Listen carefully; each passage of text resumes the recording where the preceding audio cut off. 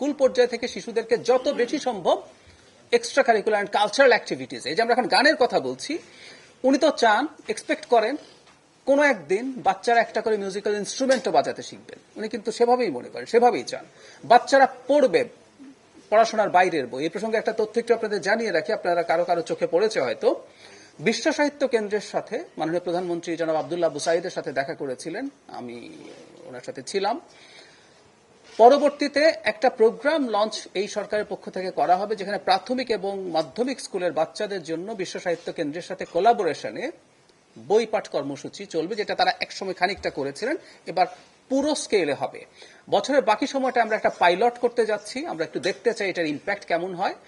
মাননীয় প্রধানমন্ত্রী আমাকে এটা কোঅর্ডিনেট করার দায়িত্ব দিয়েছেন, এই মাসে এটা শুরু হতে যাচ্ছে এই বাকি সময়ের জন্য।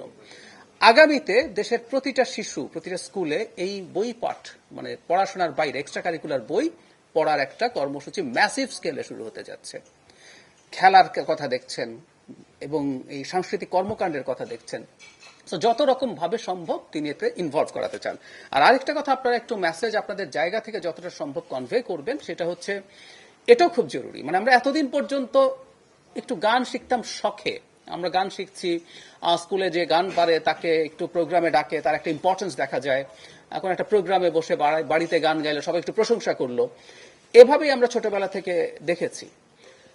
মাননীয় প্রধানমন্ত্রী যেটা চান সেটা হচ্ছে এই সব কাজ, খেলা আমরা স্বাস্থ্যের জন্য খেলেছি, খেলতে ভাল লাগে খেলেছি, কিন্তু এই প্রত্যেকটা জিনিসের তো মনিটাইজেশন সম্ভব। আপনি এগুলো করে উপার্জন করতে পারেন এবং এগুলোর সাথে রিলেট করে অর্থনৈতিক কর্মকাণ্ড হতে পারে।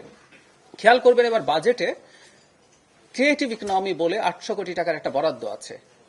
এই ক্রিয়েটিভ ইকোনমির একটা ন্যাশনাল স্টিয়ারিং কমিটি হয়েছে, I am one of the members.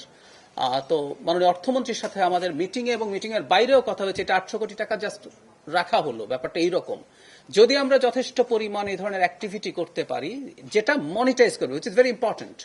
Creative economy মানে ক্রিয়েটিভ বিষয়গুলোকে কেন্দ্র করে অর্থনীতি, সেই জিনিসগুলোর ক্ষেত্রে বাজেট could go anywhere। মাননীয় প্রধানমন্ত্রী যদি আপনারা নতুন করে স্পোর্টসের বক্তব্য দেখেন, ওনার বক্তব্যের মধ্যে কিন্তু এই কথাটা থাকেই, ফুটবলের মধ্যেও থাকেই, সেটা হচ্ছে এইগুলো পেশা হিসেবে যাতে কেউ নিতে পারে।